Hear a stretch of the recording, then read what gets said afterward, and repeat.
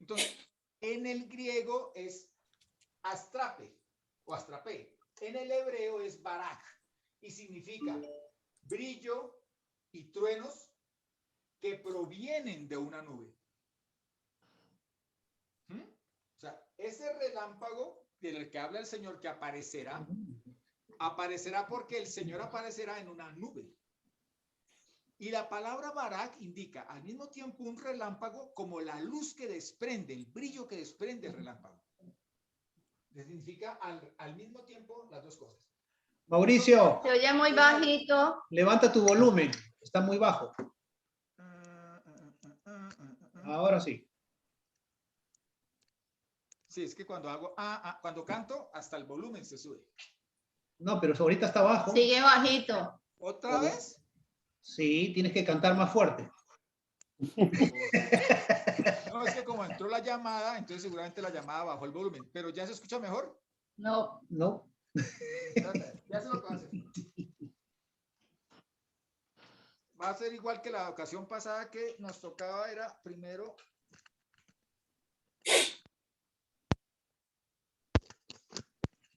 ¿Cómo estamos ahora? ¿Se arregló?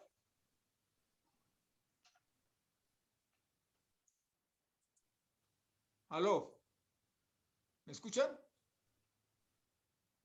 ¿Qué pasó ahí? Mucho menos que antes. No sé qué pasó. Te va a tocar salir y volver a entrar. Va a tocar salir y volver a ingresar, sí. Se interrumpió. Pero, o no, se oye igual, bajito. Bajito. Bueno, voy a salir y vuelvo a entrar, ¿listo? Vale, te esperamos. Un corte comercial y regresamos.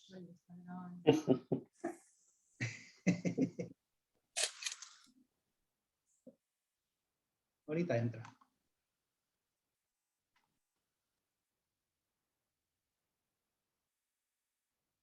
Tenemos que estar preparados, hermano.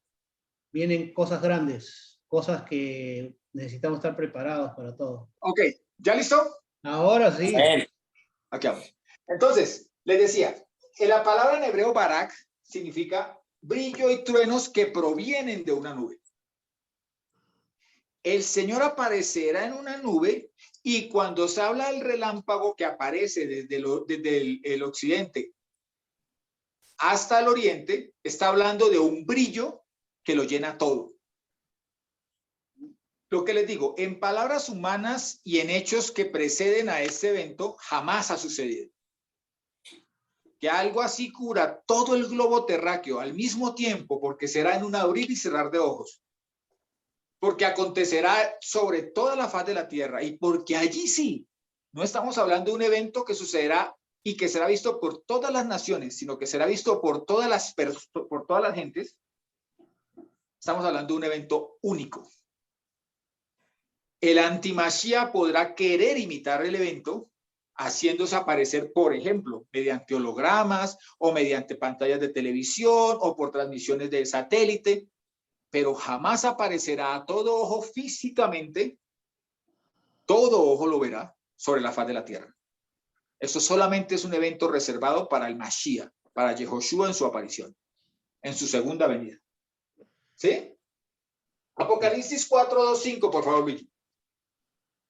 Sí, dice, instantáneamente yo estaba en el Ruach y ahí delante de mí había un trono y en el trono había alguien sentado. El que se sentaba ahí destellaba como diamantes y rubíes y había un arco iris alrededor del trono que brillaba como esmeraldas. Todo lo que hay en el trono es brillo. Brilla como el relámpago, como el astrape. Hay brillo. O hasta el 5, ¿verdad? Sí, señor, hasta 5. Decía, el 4 dice, rodeando el trono habían otros 24 tronos y en los tronos se sentaban 24 ancianos vestidos de ropa blanca con coronas de oro en sus cabezas. Del trono salían relámpagos, voces y truenos, y delante del trono ardían 7 antorchas flamantes, que son los 7 ruajim de Yahweh. Todo allí reunido. Relámpagos, truenos, ¿sí? A voces están los 24 ancianos, están los 7 espíritus de Jehová, está la presencia de él mismo que resplandece, la presencia del Padre que resplandece. Todo ese brillo nos habla de la presencia también. O sea, todo gira alrededor de la presencia. Para los que son nuevos, ¿puedes decir quiénes son los 24 ancianos? Para mí los 24 ancianos son las primicias de la resurrección, que el Señor narra en el libro de Juan, que cuando él resucita, tenía que llevar las primicias delante del Padre.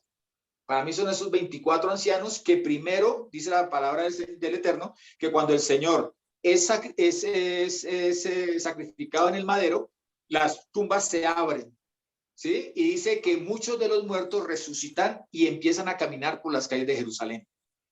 Entonces, está hablándonos de esos 24 ancianos como los líderes que el Señor había reservado para ser sus primicias, ¿sí?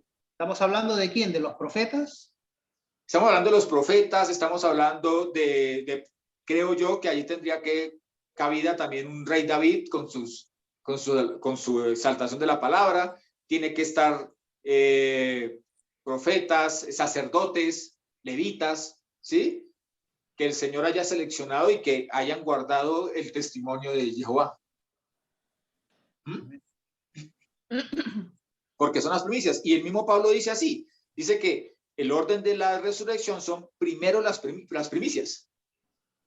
Claro, los primeros Sí, frutos. pero primero Joshua, luego las primicias. ¿Sí? Claro, porque él fue el primero dentro de los muertos. Claro, y es que la resurrección realmente completa es cuando el cuerpo vuelve a la vida, pero vuelve a la vida ¿para qué? Para estar delante del Padre. Bien sea para habitar y vivir con el Padre o para recibir juicio de parte del Padre. ¿Ve? Esa es la resurrección completa. Por eso, por ejemplo, cualquiera de nosotros diría, no, pero primero estuvo Lázaro. Pero es que Lázaro nunca estuvo delante del Padre. Una pregunta. ¿Ellos ya están en la presencia de Elohim? Sí. Ok. Sí. Pero solamente los que el Señor escogió, ¿verdad? Para que estén en su presencia. Exacto, los 24 ancianos que el Señor escogió. Amén. Okay. Por eso lo que les digo, el Señor le dice, a María Magdalena le dice, no me toques, porque aún no he subido al Padre. O sea, él aún no había llevado las primicias, que era una de las funciones del sumo sacerdote. Del sumo sacerdote en el que tenía que ejecutar al amanecer, o sea, al rematar el Shabbat que precedía a la cuenta de Omer. Que acordemos que la cuenta de Omer inicia con el primer día de la semana, o sea, lo que hoy ya conocemos como domingo. ¿Sí? Antes de que eso sucediera, o cuando estaba sucediendo, lo que hacía el sumo sacerdote era las gavillas, la primera gavilla que había sido cortada, la mecía delante del Señor, y eso es lo que tenía que hacer también Joshua con sus primicias, la primicia de los resucitados. Amén. ¿Ven? Ahora, Martica, regálanos por favor Ezequiel 1:13. Hermano Chávez, no se mueva de Mateo 24, entonces a la hermana Patricia le dejamos Mateo 28, 2, 3. Hermana Pato, por favor. Pato de la Mora.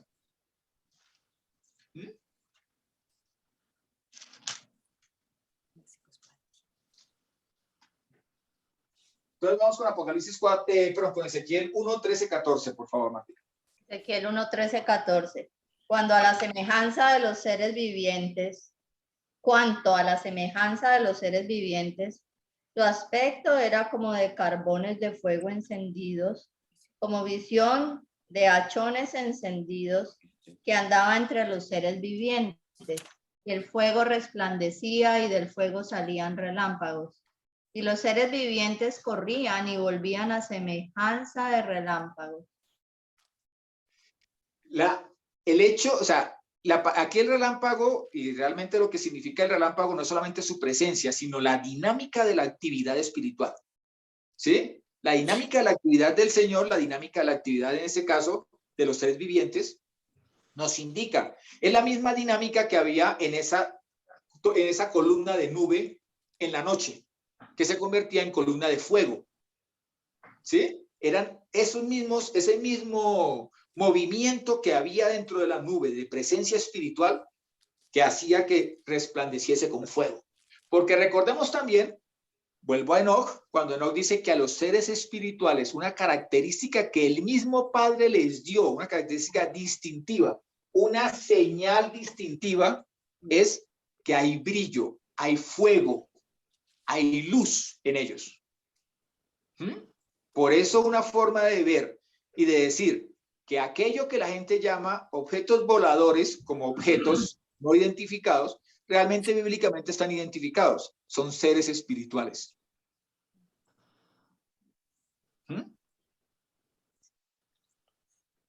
Mateo 28, 2, 3, por favor, hermana Pato. Y aquí se produjo un gran temblor, porque un ángel de Yahweh había descendido del cielo, y al llegar rodó la piedra de la entrada y se sentó sobre ella. Su apariencia era como la de un relámpago y su vestidura blanca como la nieve.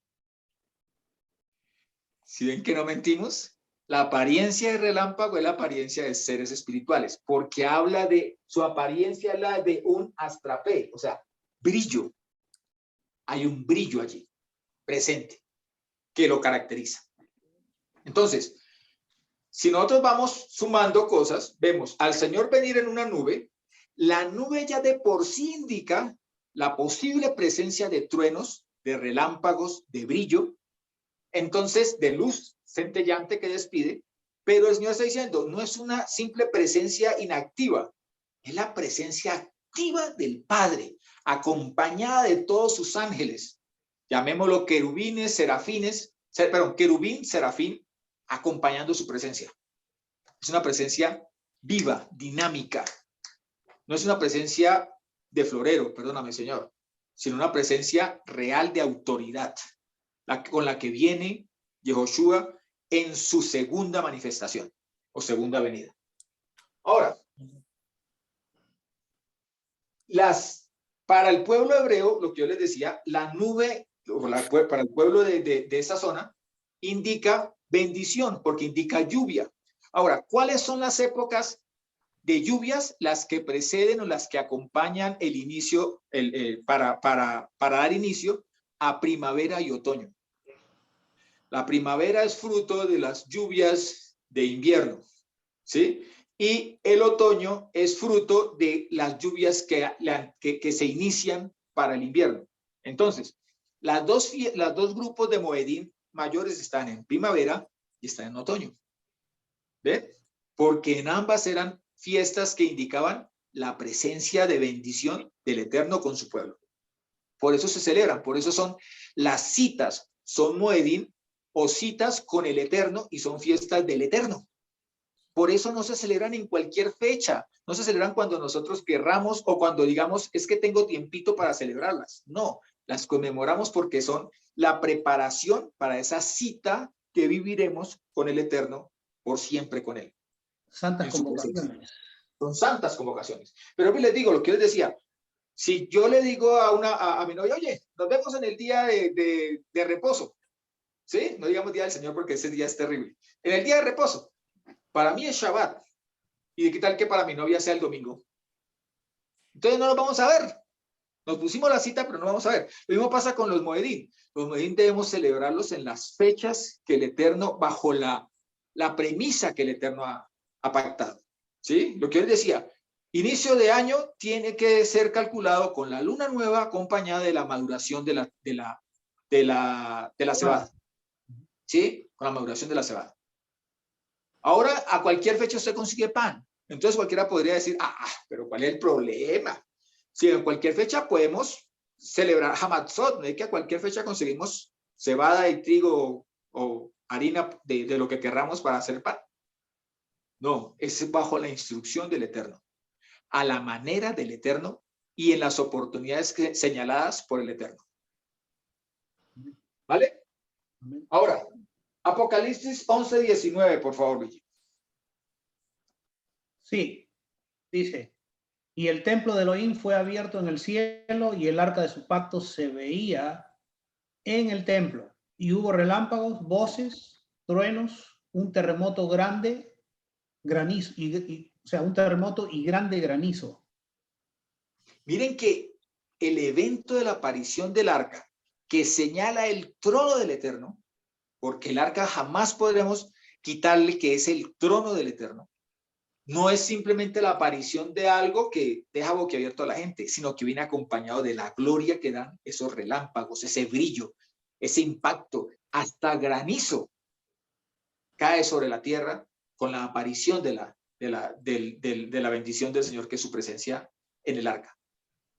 Ahora, Mateo 24:31, por favor, hermano Chávez, volvemos a leerlo. Ya lo hemos leído antes, pero esta vez ya lo estamos leyendo dentro de la línea de la enseñanza. Amén. Y enviará a sus ángeles con gran voz de trompeta y juntarán a sus escogidos de los cuatro vientos, desde un extremo del cielo hasta el otro. Malaquín, en el hebreo son ángeles, mensajeros, realmente significa los que van y vienen. Incluso el libro de Enoc lo llama los que nunca duermen. Los seres espirituales que siempre están activos, llevando y trayendo y ya trayendo y llevando. ¿A qué me refiero? Llevando nuestras oraciones en muchas ocasiones, o muchas veces nosotros decimos, Señor, envía un mensajero a tal persona para que sea salva, no sé qué. Allí llevan digámoslo así, la razón, aun cuando el Eterno es omnipresente. Aun cuando es omnipresente, pero vuelvo a lo mismo. Las cosas o se hacen como el Señor ha dicho, o simplemente no se hacen. Entonces, asimismo también están puestos no para que les adoremos, pero sí para que traigan mensajes de parte del Padre. Hay muchas ocasiones en las cuales ustedes y todos hemos oído algún tipo de mensaje del Señor que proviene o lo traen los ángeles. Es la misma voz del Señor, pero traída por ángeles, en obediencia a la instrucción del Eterno. Ahora, Malachín es el Strong 4397. Según ese Strong, ¿qué significa? Mensajeros, profetas, maestros, mediadores. Pero ténganse en cuenta que la palabra mediadores tiene que ajustarse para cualquier caso a los mediadores que el Señor había puesto sobre el pueblo de Israel, los levitas, porque la palabra leví viene de la palabra mediador, ¿sí? El que media entre Dios y los hombres. Esa es la función del sacerdocio. Entonces, está hablando aquí el Señor de que enviará sus mensajeros, pero no significa que sobre la tierra el Señor ya no haya enviado a sus profetas, a sus maestros, a sus sacerdotes para traer su voluntad, para comunicar su voluntad. Ahora, la palabra Malachim o Malaquim proviene de la palabra, tiene la misma raíz que la palabra melaca o melaja, que significa trabajo. O sea, es una función, no es simplemente que el profeta vino y te dijo, oye, es que si te sigues cortando, bueno, no sé, si sigues poniéndote esa camisa, entonces no vas a enamorar a tal niña. Eso no es un profeta. El profeta está diciendo así, aquí el Señor, es la restauración de su palabra, que es lo que estamos viviendo nosotros ahora. Su palabra es la que está siendo restaurada.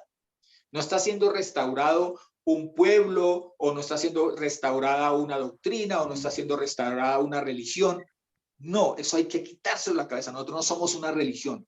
Somos la restauración de su palabra, de su voz, de su lengua santa. ¿Sí? Entonces, por eso es el trabajo de estos ángeles, de estos malachim, es llevar y traer. Es moverse a nuestro alrededor en nuestra defensa. Es en muchas ocasiones, en obediencia al Eterno, guiar nuestros pasos, llevarnos hacia donde el Señor quiere llevarnos, marcarnos el camino como la columna de fuego y de nube que iba delante del pueblo de Israel. Hace mucho tiempo había hay todavía unos libros de un escritor de apellido Peretti. El primer libro que me leí de él, y es el primero de la trilogía, se llama Esta patente oscuridad. El segundo, Penetrando la oscuridad, y el tercero se llama El profeta.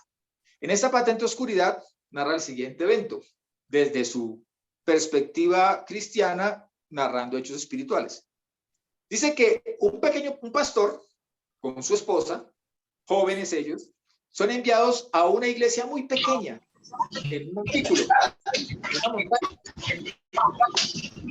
Y esta iglesia pequeña Algo se está metiendo. Perdón, Mauricio. Y en esta iglesia pequeña, pues era pequeña porque iba poca gente. Esa era la apariencia de que era pequeña. Mientras que había otra gran iglesia muy grande, con miles de seguidores, con una gran alabanza, con un parqueadero extensísimo para sus feligreses, con administración y todos los lujos habidos y por haber, aire acondicionado, sillas muy confortables, todo lo que ustedes quieran. Se podía pagar por cajero, se podía pagar por... había de todos los sistemas. Pero esta iglesia grande, de todas maneras, estaba siendo arrastrada por las tinieblas hacia la nueva era.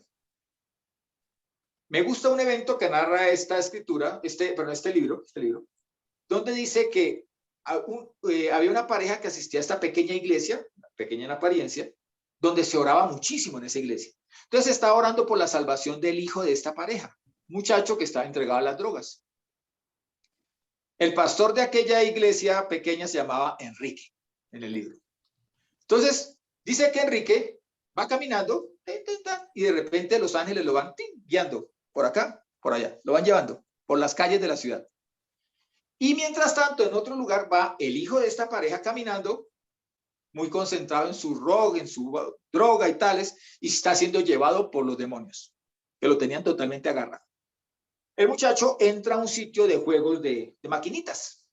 Entra allí, y Enrique va pasando por enfrente al juego de maquinitas cuando de repente los ángeles lo detienen y lo hacen entrar.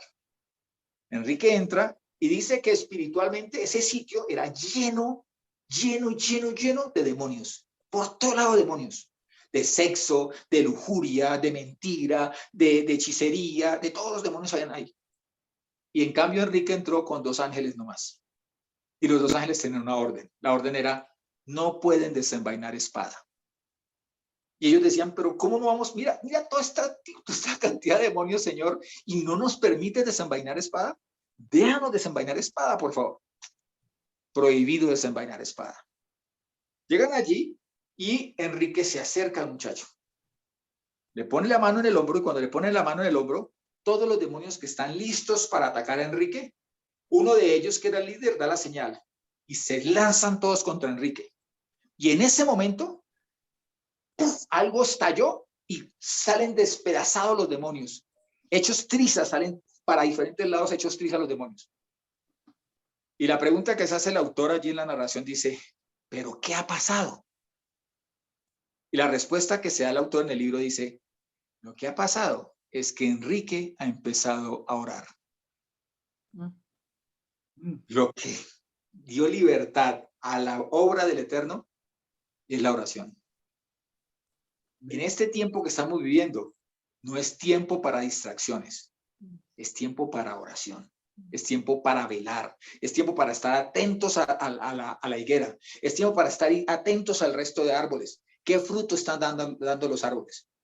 Porque el tiempo de la venida del Señor con trueno, con resplandor, con nube, es muy próximo, estamos muy cercanos a Él. Dice que el Señor vendrá, enviará a sus ángeles con gran llamado de trompeta, con gran llamado de trompeta. Apocalipsis 1:10, por favor, Luigi. Sí. Dice, yo estaba en el espíritu en el día del Adón y oí detrás de mí una gran voz como de trompeta. La trompeta, dijimos alguna vez, que si los malajín indican, los ángeles, indican mensajeros, la trompeta indica un mensaje. Una voz que suena como trompeta, como shofar. ¿Sí? Porque la palabra original sería el shofar. Ahora, 4:10, en el mismo Apocalipsis, por favor, Luigi. ¿4:10 o 4:1? 4:1. Ok, después de estas cosas miré y allí delante de mí había una puerta abierta en el cielo y la voz como de shofar que yo había oído hablándome antes dijo, sube acá y yo te mostraré lo que tiene que suceder después de estas cosas. Cuando acordémonos, el mensaje aquí es, ven, te voy a enseñar otro nivel, un nivel muy superior de conocimiento y de revelación. Le está indicando allí el shofar, el ángel con la voz de shofar, nuevamente a Juan. Ahora, ¿qué tiene que ver? O sea, ¿qué señal nos invita o qué mensaje nos invita a recibir la trompeta? Es el mensaje de que cada trompeta o cada vez que suene la trompeta nos indica un cambio y un tiempo. O sea, unos eventos que indican un tiempo, un cumplimiento de la palabra del Eterno. Por favor, Lore, Hebreos 12, 18 al 19, por favor. Pastor, le encargo, Pastor de la Mora, le encargo Nehemías 4:14, por favor. Hermana Pato, Primera de Reyes 1, 32, 35. Martica, te encargo Josué 6, 4, 13. 4 al 13. Mientras llegamos al libro de Josué, porque esto es un camino que tiene que llevarnos al libro de Josué, la pregunta es, ¿cuántas trompetas eran la señal real al pueblo de Israel en la marcha a la conquista de Israel? O sea, ¿cuántas? Para que estemos, cuando lleguemos al libro de Josué, vamos a entender que no sonaba una sola trompeta. Y era muy lógico también. ¿Por qué? Porque era un pueblo muy extenso, eran más de 2 millones de personas. Imagínense ustedes campamentos para 2 millones de personas, la extensión que debía tener. Pero también, si yo tengo varios shofar, imagínense si todo el mundo suena shofar. Eso sería como un partido de fútbol en donde todo el mundo tuviera pito. ¿Sí? Confundiría al partido. Entonces, a los que estaban jugando el partido. Asimismo, para Israel, para sus señales, habían 7 shofar. Allá llegaremos cuando veamos a Josué. Pero vamos a iniciar, por favor, con Hebreos 12, 18 al 19. Vamos, Lore.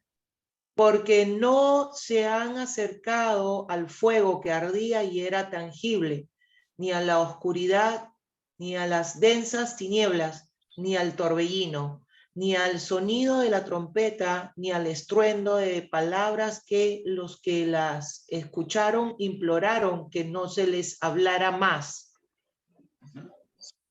La presencia del Señor, miren, por eso Salomón decía, tú has escogido la oscuridad para habitar, porque el Señor hablaba desde la oscuridad. Pero además, hablaba desde la densa nube, hablaba desde el relámpago, pero también su voz era el sonido de shofar. De shofar, no uno, sino como de un grupo grande de shofar. Incluso en algunos eventos en la Biblia dicen que es como el sonido de las muchas aguas.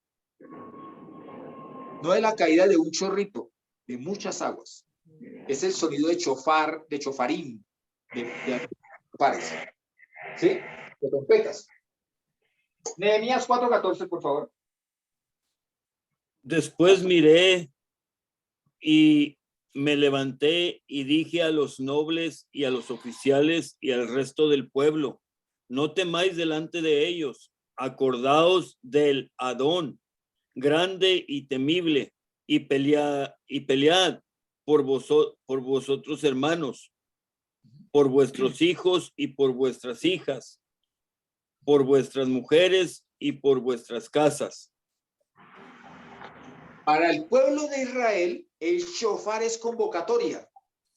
En este caso era convocatoria a reunirse todo el pueblo y lo que yo les decía, no a separarse, no a disgregarse, no a esfuerzos individuales, sino a hacer un solo cuerpo. ¿Para qué? Para presentar defensa, para cumplir la obra que el Señor les había encomendado, para cumplirle a la palabra, para que el mundo viese la palabra reflejada en los hechos, hecha materia, materializada, porque era necesario que Israel fuese reconstruida, porque el exilio no era para siempre. El exilio fue un llamado del Eterno porque no estaban cumpliendo los jubileos, ni tampoco habían anulado el año Shemitah. Entonces, por eso tenían que ir 70 años ¿a qué? A Babilonia. Ahora, allí el Señor dice que ese shofar, ese sonido de shofar, los convocaba, los reunía. ¿Sí? Primera de Reyes 1, 32, 35.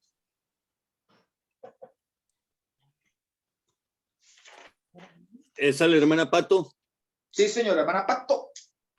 Allá en Colombia a las patricias les dicen patos. Sí, señor, para todos. Ok, ella quería ir a Colombia, pero dice, no voy a ir porque me van a decir pato. Le digo, yo no te van a decir, ya les dicen. A ella se le hace chistoso eso, pero bueno. En México es Pati, por eso se me hace raro. Amén, hermana Pato. Se me hace Léale. Allá raro. en México, allá en México Pato. también, allá Hermana. en México también preparan caldo de pata. No. Me hace chistoso Pato porque Bueno, Pati. adelante, hermana Pato.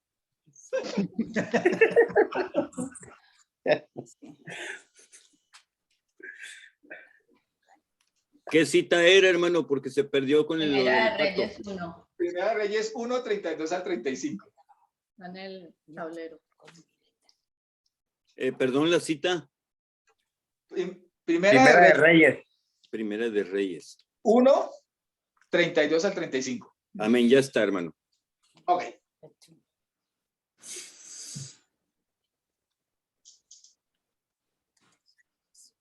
Entonces Betsabé se postró en tierra e hizo reverencia al rey y dijo, viva mi señor, el rey David, para siempre.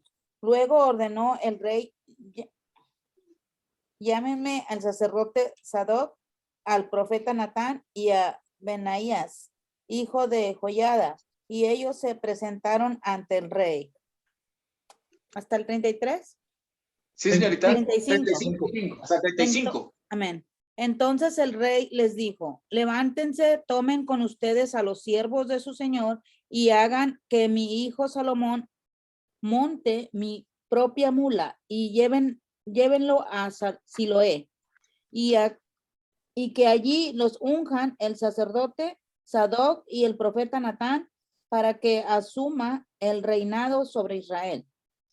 Después toquen trompeta y digan, viva el rey Salomón. Luego suban ustedes detrás de él y él vendrá y se sentará en mi trono para que reine como mi sucesor. Y a él lo he designado para que sea rey sobre Israel y sobre Judá. Las trompetas nos hablan de la coronación de nuestro rey. Por eso, el Señor cuando viene al sonido de trompetas.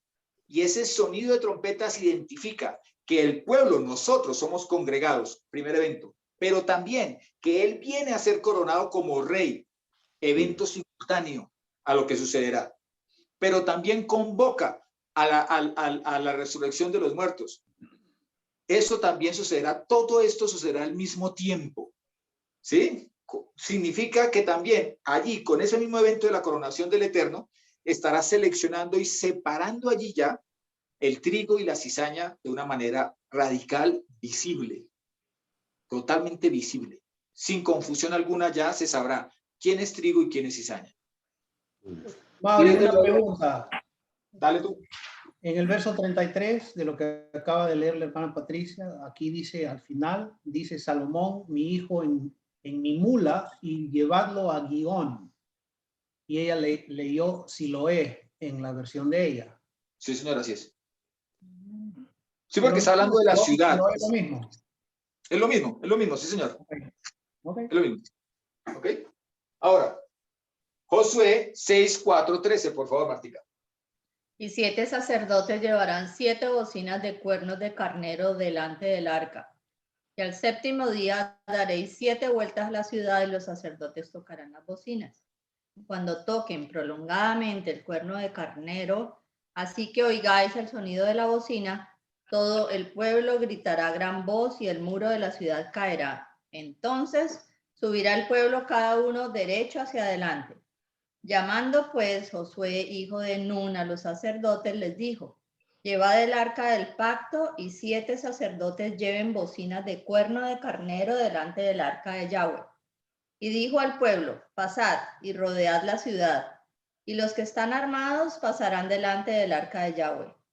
Y así que Josué hubo hablado al pueblo, los 7 sacerdotes llevando las 7 bocinas de cuerno de carnero, pasaron delante del arca de Yahweh y tocaron las bocinas, y el arca del pacto de Yahweh los seguía. Y los hombres armados iban delante de los sacerdotes que tocaban las bocinas, y la retaguardia iba tras el arca, mientras las bocinas sonaban continuamente. Y Josué mandó al pueblo diciendo: vosotros no gritaréis, ni se oirá vuestra voz, ni saldrá palabra de vuestra boca, hasta el día que yo os diga: gritad, entonces gritaréis. Así que él hizo que el arca de Yahweh diera una vuelta alrededor de la ciudad, y volvieron luego al campamento, y allí pasaron la noche. Y Josué se levantó de mañana, y los sacerdotes tomaron el arca de Yahweh. Y los 7 sacerdotes, llevando las 7 bocinas de cuerno de carnero, fueron delante del arca de Yahweh, andando siempre y tocando las bocinas. Y los hombres armados iban delante de ellos, y la retaguardia iba tras el arca de Yahweh, mientras las bocinas tocaban continuamente. Amén. Así hicieron durante 6 días, y en el séptimo, ya sabemos lo que sucedió. Cayeron las murallas de Jericó. Ahora, miren que si en el 1 anuncia la coronación de un rey, ¿cierto? En la parte de Salomón, aquí indica para unos desgracia y para otros bendición. Para el pueblo de Jerusalén, para el pueblo de Jericó, para los que están en Jericó, desgracia. Pero no fue una desgracia que sucedió porque en un día se tocaron trompetas y de una vez cayeron. Hubo advertencia del Eterno durante 6 días. Esto nos prefigura los tiempos que vivimos. Durante 6 milenios, el Señor ha venido advirtiendo, pero en el 7º milenio, cuando se oiga la voz del shofar, ya será bendición y buenas nuevas para nosotros los creyentes, y malas noticias, pésimas noticias, porque se caerá todo su castillo de naipes, se le caerá al mundo, porque ha aparecido el rey de gloria, porque ha sido tocado el shofar. ¿Cuántos shofares se tocaban? 7. ¿A qué se les parece que suenen 7 shofares allí? Las 7 trompetas del Apocalipsis. Las 7 Correcto. trompetas. Nos tiene que llevar a los 7 shofares, las 7 trompetas del Apocalipsis. Por favor, Luigi, Apocalipsis 8, 2. Y vi a los 7 ángeles que estaban en pie ante Elohim, y se les dieron 7 trompetas. Ahora sáltate al 8, pero 6. Sí. Y los 7 ángeles que tenían las 7 trompetas se dispusieron a tocarlas. Hasta ahora las van a tocar. Y cada sonido de trompeta indica unos hechos que anuncian la venida del Eterno, y la final trompeta anuncia su llegada. Segunda Tesalonicenses 2:1, por favor, Martica. Lore, Primera Tesalonicenses 4:15 al 18. ¿Quién más está con nosotros que no sea el hermano Chávez, ni el pastor, ni la hermana Pato? Raimundo, Y ahí El está hermano Raimundo. hermano, Alma, está Juan, Leonel. Raimundo y Alma, que nunca han participado. Leonel, que participe el hermano Leonel, Hermano está, Leonel. está muy Hermano abrigadito. Leonel, es que quiero que sea clave, porque este versículo es clave para lo que vamos a aclarar. Hermano Leonel, Primera a los Corintios 15, 49 al 52. Prenda su micrófono, hermano Leonel. Todavía no tiene que leerlo, fresco. Vamos primero con Segunda Tesalonicenses 2:1. Estoy buscando, espérate. Segunda de Tesalonicenses 2:1. Me he perdido. ¿Dónde está? Antes de... Por eso, pero primero va Martica y después va Lore, ¿cierto? Ya me oyen.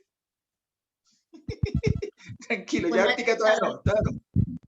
Segunda de Tesalonicenses 2:1 dice: pero con respecto a la venida de nuestro Mashiach, Yeshua, y nuestra reunión con él, os rogamos, hermanos, Que no os dejéis mover fácilmente. que no os dejéis mover fácilmente de vuestro modo de pensar, ni os conturbéis ni por espíritu, ni por palabra, ni por carta, como si fuera nuestra, en el sentido de que el día del Adón está cerca. Para aquel tiempo no estaba cerca, para este tiempo sí, pero es que allí dice que no sucederá sin que antes venga la apostasía. Pero bueno, vamos a concentrarnos en lo que nos interesa. 2 eventos suceden al mismo tiempo. Acerca de la venida de nuestro Adón y Salvador, Yehoshua, y de nuestra reunión con Él. Las dos cosas suceden en un mismo instante. Así lo está reportando nuestro hermano, el Rab Shaul o Pablo. Ahora, vamos profundizando, aclarando estos detalles. Primera a los Tesalonicenses 4, 15 al 18. Vamos, Lore. Prenda su micrófono, hermana Lore. Ok.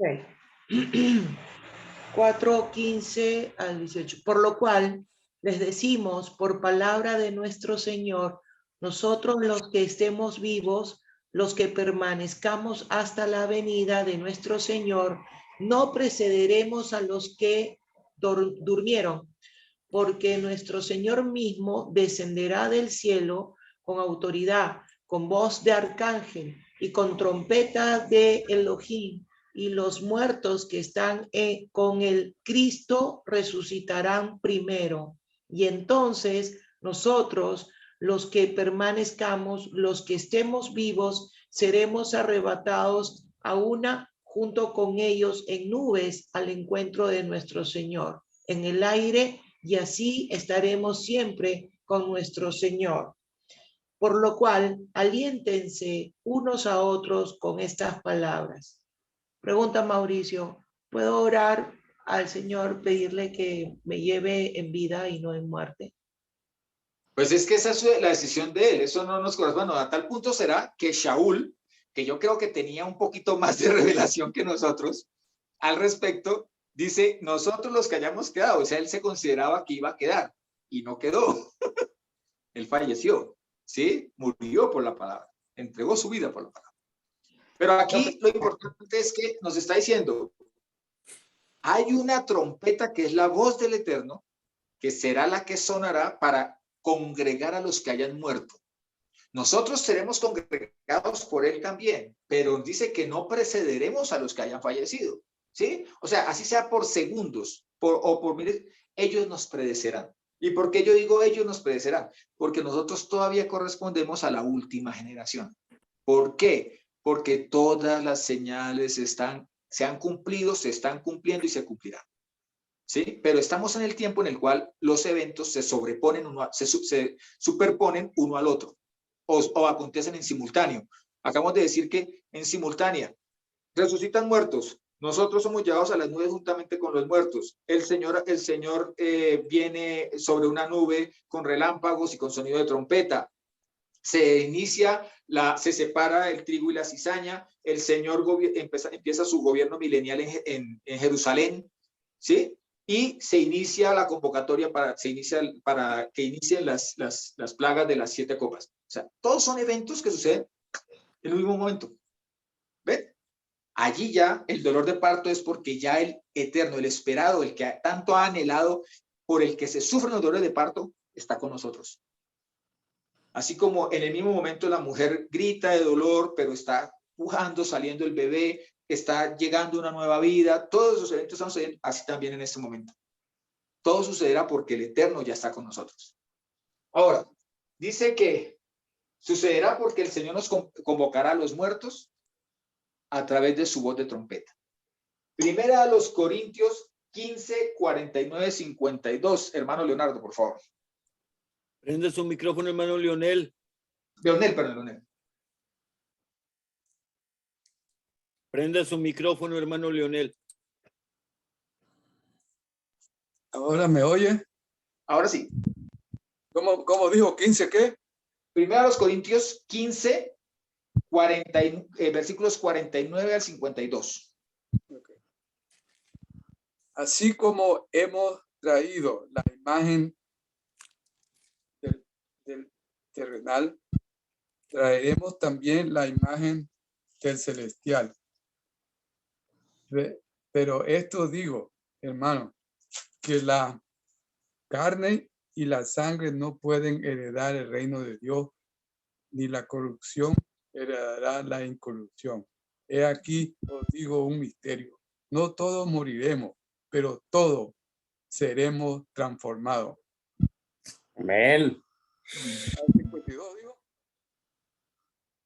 En un momento y un abrir cerrar de ojos al final de la trompeta, porque se tocará la trompeta y los muertos serán resucitados incorruptibles y nosotros seremos transformados.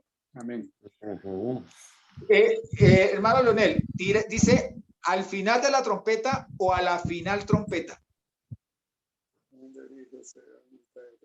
Alá.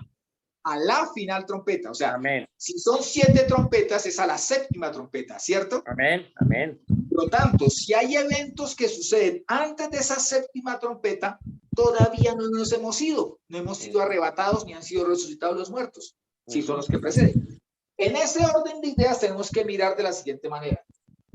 La 7ª trompeta indica la primera resurrección. Recordemos que los primeros resucitados son las primicias del Señor, claramente.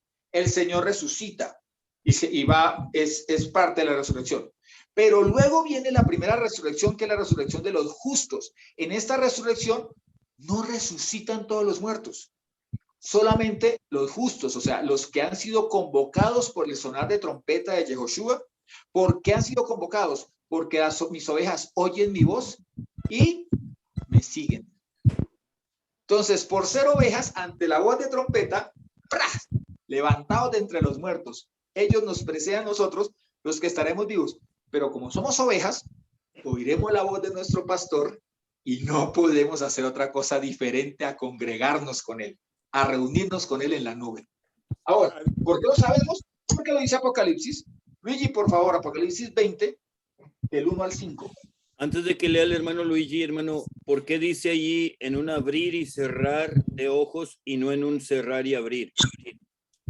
Porque realmente nosotros no tenemos, allí no se cierran los ojos, sino que por el contrario, son abiertos los ojos.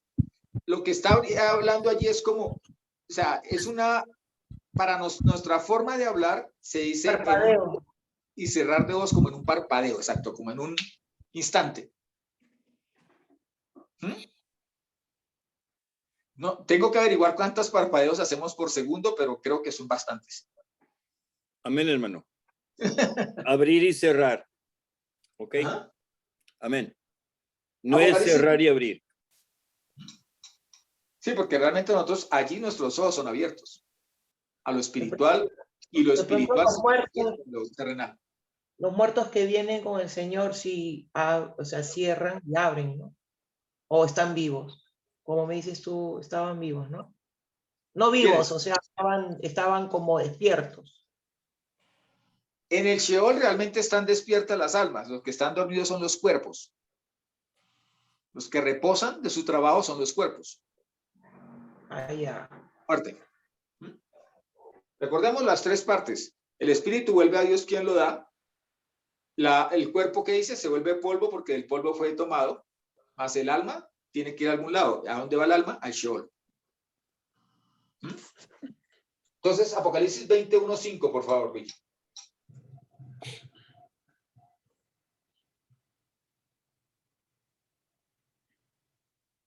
Pero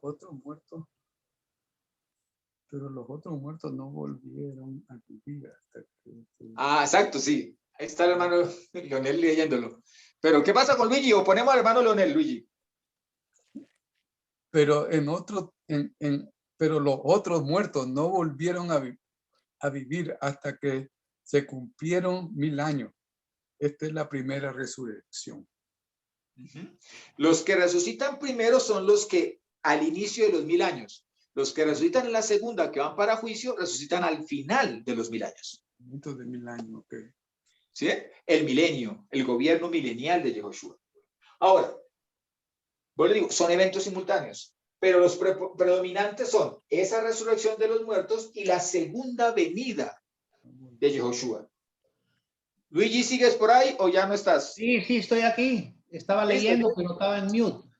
Ah, no, pues ya ahorita sí. Vamos entonces con Apocalipsis 11, 14 al 15, por favor. A ver, dame un minuto. 11, 11, 14 al 15. Ok. Dice, el segundo ay pasó, he aquí, el tercer ay viene pronto. El séptimo ángel tocó la trompeta y hubo grandes voces en el cielo que decían, los reinos del mundo han venido a ser de nuestro Adón y de su Mashiach, y él reinará por los siglos de los siglos. Entonces, el gobierno milenial viene con esa séptima trompeta, ¿cierto? Tenemos claro algo, y es, en la estructura que estamos estudiando, la Apocalipsis, hay un orden cronológico que vamos llevando, y de repente llegamos a la trompeta quinta y empiezan a suceder eventos que son simultáneos, pero además la narrativa empieza a cobrar otro sentido. Se la juega entre el cielo y la tierra, el cielo y la tierra, el cielo y la tierra. Pero adicionalmente a esto, vemos eventos que si no llevamos un hilo, vamos a creer que están sucediendo o 2 o 3 veces un mismo evento, o un evento que sucede 2 veces, lo estamos confundiendo con uno solo. ¿Por qué? Porque hay que mirarlo desde el orden que nos da el Señor. Cuando el Señor nos inicia dando los sellos también en el latín son signus. ¿Qué significa? Significa unos puntos que debes seguir en su orden. No te puedes saltar ninguno de ellos. Lo mismo pasa en las trompetas.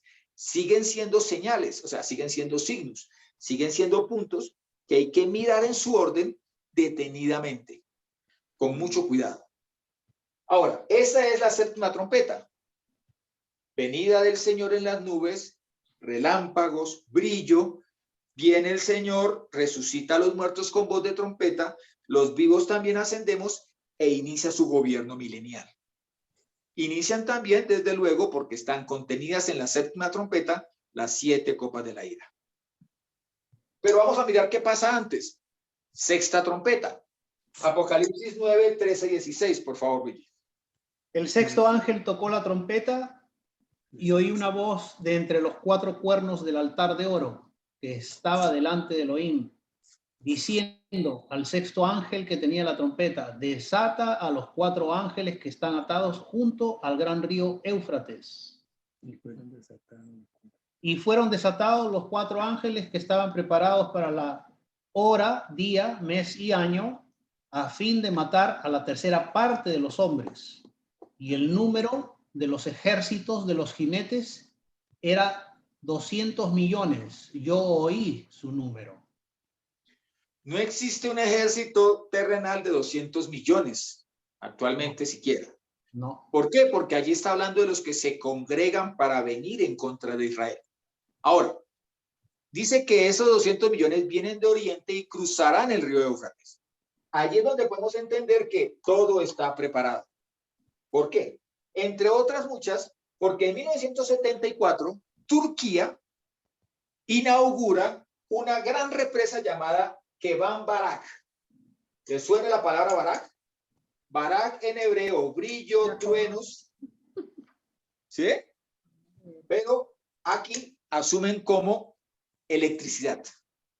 La palabra Barak como electricidad porque produce luz. ¿Ven? Porque produce resplandor. Entonces. ¿Tiene que ver con Barack Obama? Tendría que ver con Barack Obama. Sí. Y a lo mejor Obama significa sin, y Barack luz. Y Barack, ¿sí? Entonces, esta represa tuvieron que retrasar su inauguración porque Siria se les adelantó. E inició también su represa. Así como Turquía, Siria, Irak también, todos empezaron a iniciar y se creó un gran conflicto. ¿Cuál fue? El río Tigris se secó. Porque todos empezaron a represarla, a sacar el agua para sus riegos, para su producción, y realmente cuando ya iba llegando a Irak e Irán, estaban sin agua, como un presagio de lo que puede suceder para que pase un ejército de 200 millones de personas. ¿O el Éufrates? Sí, el Éufrates, claro. ¿Sí? Actualmente, comparado con 1974, el Éufrates se ha secado un 30%. Se cree que para el año 2030 se habrá secado un 50%. ¿Les suenan las fechas? Wow. Para el día de hoy existen 14 represas de grandes dimensiones existentes en el recorrido del río Éufrates. Hay 35 proyectadas, de las cuales hay 14 ya en construcción. Y hay, con la aparición, de los kurdos de Kurdistán, ellos están programando 245, están solicitando. En el momento en que iniciaron la Keban Barak, que se secó, iba a haber guerra entre estos países porque desde luego la agricultura y todo depende de ello, de esa agua. Y le tocó mediar a Emiratos Árabes para generar cupos. O sea, cada país tiene que retener una X cantidad de agua y no sobrepasar esos cupos para no perjudicar a los demás abajo del caudal del río. Pero en el año pasado, en 2021 para enero, hubo una queja de parte de Irak. ¿Por qué? Porque resulta ser de que Turquía decidió, en medio de la pandemia, decidió retener más agua de la que le correspondía, y lo mismo empezaron a hacer los países subsiguientes en el temor de quedarse sin agua. O sea, si Turquía, que es el que está al inicio, hacia la zona de Ankara, está al inicio del río Éufrates, entonces, ¿qué pueden decir los demás pueblos? Pues yo retengo más agua porque es que este me retuvo más agua y yo no me puedo quedar sin agua. Y eso generó nuevamente una crisis para estos países. Todo está preparado. No es sino cerrar unas cuantas represas y ya el río Éufrates queda seco. ¿Ven? En su curso. Para la trompeta sexta. Para la trompeta quinta, Apocalipsis 9:1-4, por favor, Luigi. 9:1-4. Sí, señor. Sí, dice, el quinto ángel tocó la trompeta y vi una estrella que cayó del cielo a la tierra, y se le dio la llave del pozo del abismo, y abrió el pozo del abismo y subió humo de pozo como humo de un gran horno, y se oscureció el sol y el aire por el humo del pozo. Y del humo salieron langostas sobre la tierra, y se les dio poder como tienen poder los escorpiones de la tierra. Y se les mandó que no dañasen a la hierba de la tierra, ni a cosa verde alguna, ni a ningún árbol, sino solamente a los hombres que no tuviesen el sello de Elohim en sus frentes. Aleluya. Esta marca ya la vimos y dijimos, si no está sucediendo ya, estamos al porta de que suceda. Esta señal, ¿cierto? La de la quinta trompeta. Ahora, de ese mismo 9, danos el versículo 11, por favor, Luigi. Disculpa, Mauricio, creí que en una clase habíamos quedado que estábamos ya en la sexta. No, Por eso. para entrar a la quinta. Estamos entrando a la quinta. Ya. Ok, el 11 dice, y tienen por rey sobre ellos al ángel del abismo, cuyo nombre en hebreo es Abadón y en griego Apolión. Significa el destructor, Apolión. Y decíamos cuando hicimos el estudio de esta parte que incluso la diosa Shiva del hinduismo se llama el destructor de mundos. Se hace llamar el destructor de mundos. O sea, estamos hablando de el anti-Mashiach presentándose como un ser violento, un ser fuerte. ¿Sí? Allí está la aparición de la primera bestia. Simultáneamente con la aparición de la primera bestia y su gobierno, en una etapa que podríamos calcular que estamos hablando de los 3 años y medio de su gobierno, aparecen 2 personajes que son los 2 testigos. ¿Por qué lo sabemos? Apocalipsis 11:7, por favor, Luis. Sí. Dice, cuando hayan acabado su testimonio, la bestia que sube del abismo hará guerra contra ellos y los vencerá y los matará. Y dijimos, cuando estábamos mirando estos eventos, aparecen ellos y ellos lo combaten a la bestia y la hieren, pero la bestia los mata. ¿Con quién juntamente mata a los 2 testigos? Juntamente con aquellos que hayan seguido a los 2 testigos, y a estos los persigue para decapitarlos. Ahora, miren lo que no podemos ocultar. Está hablando de la bestia que ha salido del abismo, viene liderando unos seres espirituales y que vienen a causar dolor, a causar fatiga al ser humano. Los 2 testigos los confrontan, dijimos eso, les causan la herida, los destruyen, y recordemos que por eso es que la humanidad se va volcando a seguir a la bestia y al falso profeta, porque dirán, ¿quién es como la bestia? ¿Sí? O sea, ¿quién tiene tanto poder? Si estos dos que eran capaces de detener la lluvia, que eran capaces de hacer salir fuego de sus bocas, que eran capaces de reprender al mundo por su pecado, que tenían incomodado a toda la gente reprendiéndolos por su lujuria y por su desorden y su perdición, pues, ¿qué podemos decir? Esta bestia ha vencido a estos dos profetas, los ha destruido, a los inmortales los ha hecho mortales, pues adoremos a la bestia. Y el mundo va a seguir a la bestia porque la considerarán victoriosa, la considerarán vencedora. Pero sucederán simultáneos. La bestia, los dos testigos, estarán en simultánea sobre la tierra. Apocalipsis 13:3, por favor, Luigi. Ok. Vi una de sus cabezas como herida de muerte, pero su herida mortal fue sanada, y se maravilló toda la tierra en pos de la bestia. Recibió una herida por causa de los dos testigos. Los dos testigos la causarán, pero ya es sanada. Entonces el mundo ya no ve cómo fue herida, sino ve cómo fue sanada, o en apariencia sanada. ¿Sí? En el mismo 13, el 7, por favor, Luis. Y se le permitió hacer guerra contra los santos y vencerlos. También se les dio autoridad sobre toda tribu, pueblo, lengua y nación. Entonces, dos cosas se les da. Bueno, cuando vencen a los dos testigos, también vencen a todos aquellos que estemos respaldando a los dos testigos. O por lo menos así verá el mundo, como si nos hubiera vencido. Pero realmente será algo tan transitorio. Pero además, ese hecho también les otorga autoridad sobre las naciones. ¿Sí? ¿A la quién? A la bestia y a los que siguen a la bestia. Apocalipsis, en el mismo 13, versículo 12. Y ejerce toda la autoridad de la primera bestia en presencia de ella, y hace que la tierra y los moradores de ella adoren a la primera bestia cuya herida mortal fue sanada. Está hablando del falso profeta que será el mensajero, y lo que yo les decía, nunca podremos olvidar que la bestia opera a través de un falso profeta. ¿Sí? No lo podemos olvidar. Los dos personajes son necesarios en el tiempo que el Señor ha señalado. Ahora, vamos en el mismo 13, saltamos al 14, por favor. Y engaña a los moradores de la tierra con las señales que se le ha permitido hacer en presencia de la bestia, mandando a los moradores de la tierra que le hagan imagen a la bestia que tiene la herida de espada y vivió. Ella fue herida por espada. Muchas veces podemos tener en cuenta que puede ser una espada física, pero lo que yo les decía alguna vez, en mi concepto estamos hablando de seres que ante todo son seres espirituales.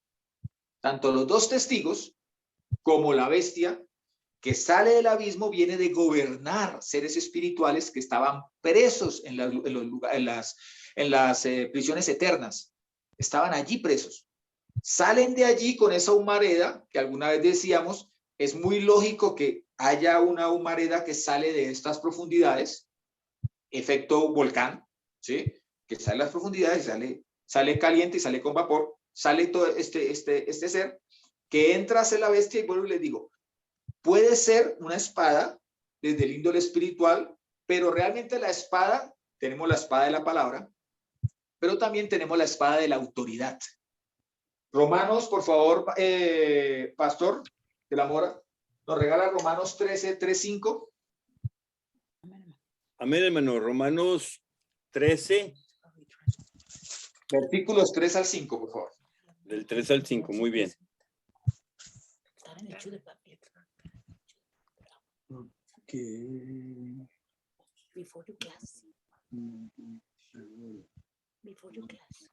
Ya estamos ahí, hermano. Romanos 13. Señor, 13, 3, 5. Ok. Porque los magistrados no están para infundir temor al que hace el bien, sino al malo. ¿Quieres pues no temer la autoridad? Haz lo bueno y tendrás alabanza de ella. Porque es servidor de Elohim para tu bien. Pero si haces lo malo, teme, porque no en vano lleva la espada pues es servidor de Elohim, vengador para castigar al que hace lo malo, por lo cual es necesario estarles sujetos, no solamente por razón del castigo, sino también por causa de la conciencia. Amén. Portadores de espada, porque tienen autoridad. Ahorita- Cuando hicimos el estudio de esta confrontación, ¿cuál era el premio que perseguía a la bestia? ¿Cuál es el premio que persigue el antimachía? ¿Cuál es el premio que persigue el falso profeta? ¿Y cuál es el premio que persigue Hasatán? Se llama adoración. Persiguen la adoración porque el único que debemos darle adoración es al único y verdadero Elohim, a nuestro Padre Jehová. No más. Entonces, como la competencia está por la adoración, hay un obstáculo que se llama la autoridad. Como a Hasatán las naciones a través de Adán le entregaron la autoridad, aquí los dos profetas, los dos testigos, están ejerciendo la autoridad verdadera, la del Eterno, para reprensión, para corrección, para redireccionar a la humanidad. Y eso le estorba a la bestia. Entonces la bestia se levanta contra pero recordemos, ¿quién porta la espada? El que tiene autoridad. ¿Cómo morirán los dos testigos? Por espada. ¿Por qué? Porque será la espada del mundo que le ha entregado su autoridad a Hasatán, y Hasatán se la ha entregado a la bestia, al antimachía, que confrontará con la espada de la verdad, de la autoridad real que poseen, que ejercen estos dos testigos. Y transitoriamente, pero le digo yo, no será una victoria real, será por engaño que el mundo entero verá como si hubiese vencido, pero será una victoria efímera, totalmente pasajera. Pero para nosotros, eso dará inicio a esa gran tribulación y gran persecución. Y estamos hablando de la quinta trompeta. Y hasta la séptima es que es el arrebatamiento. Entonces, que el mundo no se engañe, que no crea que se va a exceptuar, va a liberarse y no va a necesitar más de santidad. ¿Por qué? Porque al fin y al cabo el Señor me arrebata antes, mi fe no tiene que ser probada, yo la paso chévere, esto va a pasar, nosotros vamos a llegar y cuando todo se esté poniendo mal, nos fuimos. Bueno. No, señores. Permiso, Mauricio. Dime tú. No, sino aprovechando que dices Romanos 13, empieza con sométanse toda persona a las autoridades superiores. O sea, está hablando de gobiernos, ¿verdad? Entonces, Sí, mientras el gobierno se ejerza de acuerdo a la palabra. claro, aprovecho, ¿no? Que precisamente tú esta porción de la palabra de Romanos 13 lo estás indicando como haciendo una diferencia, o sea, digamos como un sentido común, como siempre hemos conversado, ¿no? Que tener un poquito, yo le llamo sentido común porque la palabra es hecha para obedecerla, ¿no? Pero si uno lee aquí o inclusive puede venir una persona y decir, oye, tú que eres creyente en Dios, ahí dice en Romanos 13 que tienes que someterte a las autoridades. Cuando llegue un momento de engaño, me pongo en todas las opciones, digamos, ¿no? ¿Cómo le puedo yo responder a esa persona? Que digamos, cuando llegue el momento y me diga, si no te sometes, entonces tú no estás sometiéndote al Dios que te dice que te sometas a este gobierno de la tierra. Pero te digo, el gobierno de la tierra es un gobierno que, como vimos cuando dijimos que la ramera, perdón, la gran ramera, la madre de todas las rameras, Babilonia, viene sobre la bestia, sobre esta bestia escarlata, y dice que esta a su vez está sobre las aguas, que las aguas son las naciones y pueblos de la tierra. Dijimos, es porque a Hasatán le ha sido entregada la autoridad sobre la tierra. A tal punto será que Hasatán se lo dice al Señor. Le dice, si tú vienes y me adoras, en otra versión dice, si tú vienes y me liberas, ¿sí? O sea, Hasatán en una sola palabra está diciendo dos cosas. Está diciendo, ven y me adoras como si fuera tu Dios, le dice al Señor Yehoshua, pero también al mismo tiempo reconoce que Yehoshua tiene la autoridad para perdonarle la falta a él y poder él ser, digámoslo así, sin culpa. ¿Sí? Entonces le dice, si tú Mira todos estos reinos que te estoy mostrando, todas estas naciones y sus gobiernos, pues a mí me han sido dadas y a quien quiero la doy, dice a Satán. Entonces, esa guerra, esa confrontación que habrá entre la bestia y los dos testigos será una controversia de autoridad espiritual.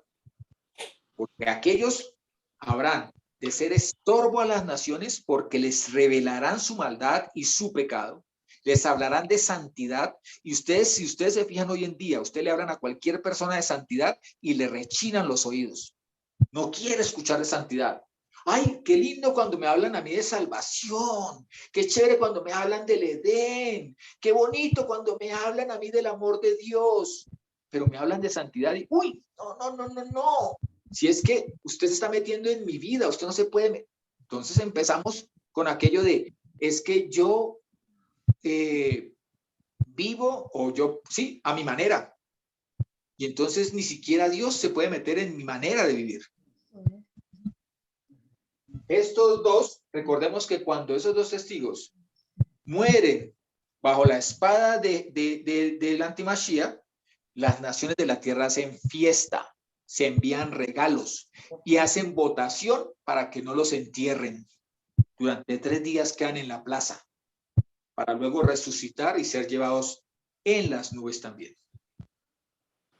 Con esto queremos decir que hay eventos que preceden a la venida de Yehoshua, pero su venida será visible para todo el mundo, será resplandeciente para todos los seres humanos, será una venida en gloria, será en nube, será congregando resucitando a los muertos, congregando a los fieles, iniciando su reinado visible sobre la faz de la tierra, pero le precederá una gran tribulación en la cual seremos perseguidos, azotados. Incluso dice que aquellos que nos causen la muerte que pensarán que le están prestando un servicio al Eterno.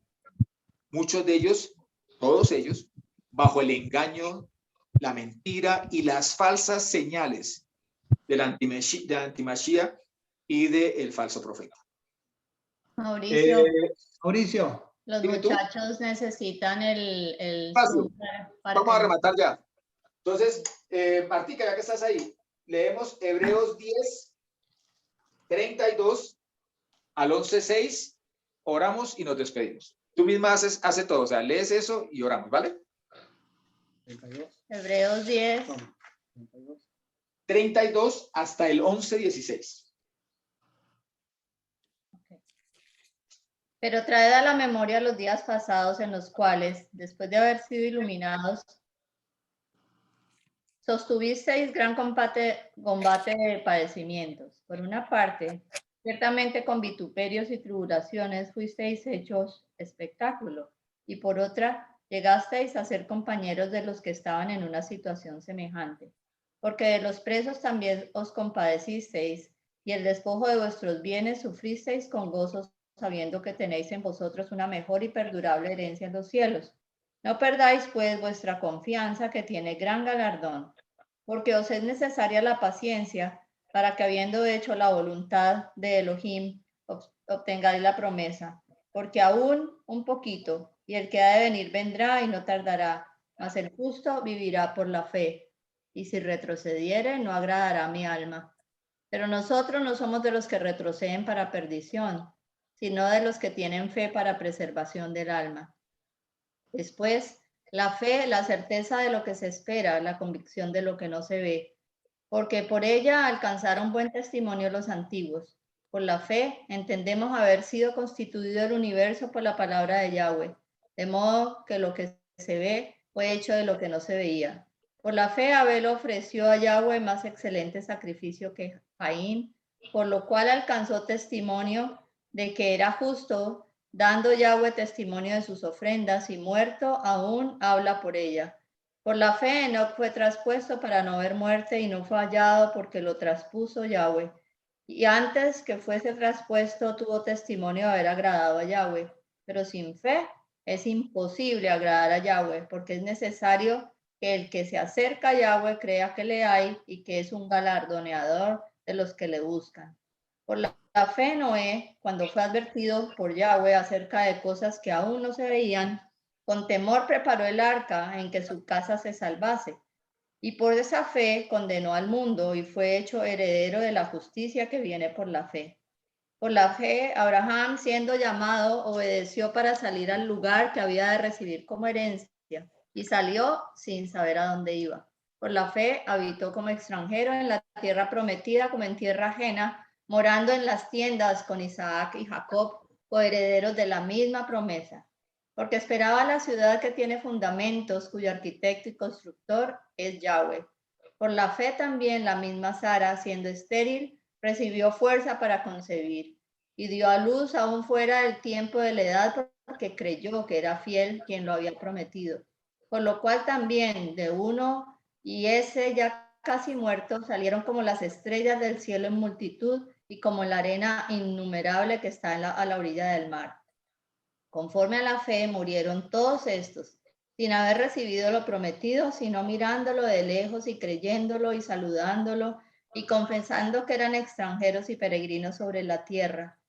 Porque los que esto dicen claramente dan a entender que buscan una patria. Pues si hubiesen estado pensando en aquella de donde salieron, ciertamente tenían tiempo de volver, pero anhelaban una mejor, esto es, celestial. Por lo cual Yahweh no se avergüenza de llamarse Yahweh de ellos, porque Elohim de ellos, porque les ha preparado una ciudad. Amén. Amén. Amén.